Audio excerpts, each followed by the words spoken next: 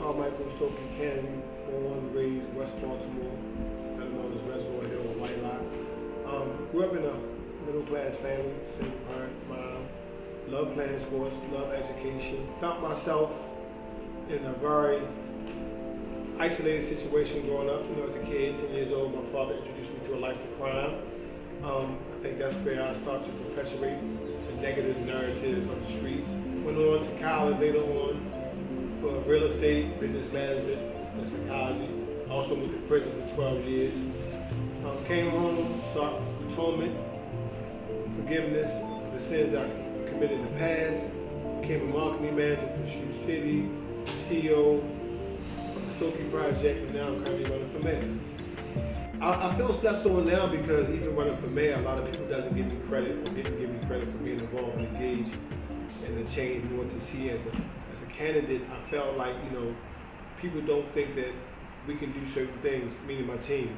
So I felt slept on in regards to me entering this race, not being a traditional politician, not being someone who's known for being in politics, but being a community leader in its own right and knowing how to manage problematic situations. I felt the need to get involved and be the change I wanted to see. But more importantly, I know that there's a lot of people that don't think that I can do it. So for me, you know, it's not the end, it's just that I definitely want to prove people wrong because I know they're sleeping on me.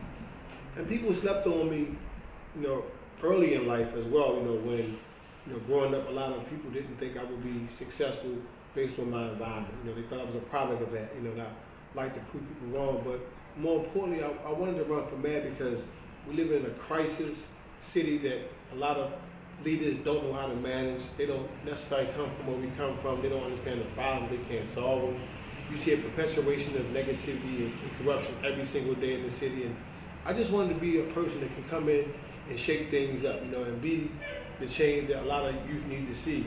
You know, not only in myself, but in the city they love and respect and live in. I mean, I see a leadership problem for one. I mean, and I see violence as a consequences of failed leadership. I know that there's a cycle of, you know, people living in poverty as well, but I think proper leadership can manage situations where as though they can lead us in the right direction to find the resources and how to problem solve, and that's not being done at this level, especially, you know, from City Hall. I think a lot of people expect our leaders to be transparent, honest, you know, and engaged, and we're not seeing that. So a lot of youth are hopeless and desensitized because they don't see change coming, especially not where they are. You know, you think about Baltimore being a city with two faces. You got inner harbor, you got the inner city, you know, and the inner city has been left behind for so long that these kids think they got to figure it out themselves, you know, and that's not leadership to me. I think what I would want to tell anyone, especially my own kids, you know, is try to make sure that you stay committed and focused to your craft. Whatever it may be, do your research, dedicate yourself, follow winners, but never give up. I don't care how hard it is, I don't care what nobody say. Always do your best, don't try, you know, don't look at someone else who's saying don't do it because they couldn't do it.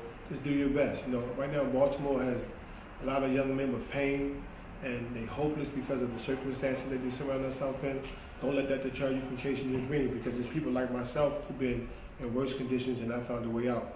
And I think now with so much technology, information, and platforms that these young kids have, there's a lot of opportunities for successful young entrepreneurs, you know, to be better rappers, actors, entertainers, you know, athletes. So we just got to follow winners, be passionate, you know, and focus more on what we can do, not what nobody else couldn't do. You slept on me, but I have something to prove not only to you, but to myself, that I can be anything I want to be. I will win, I won't stop until I win.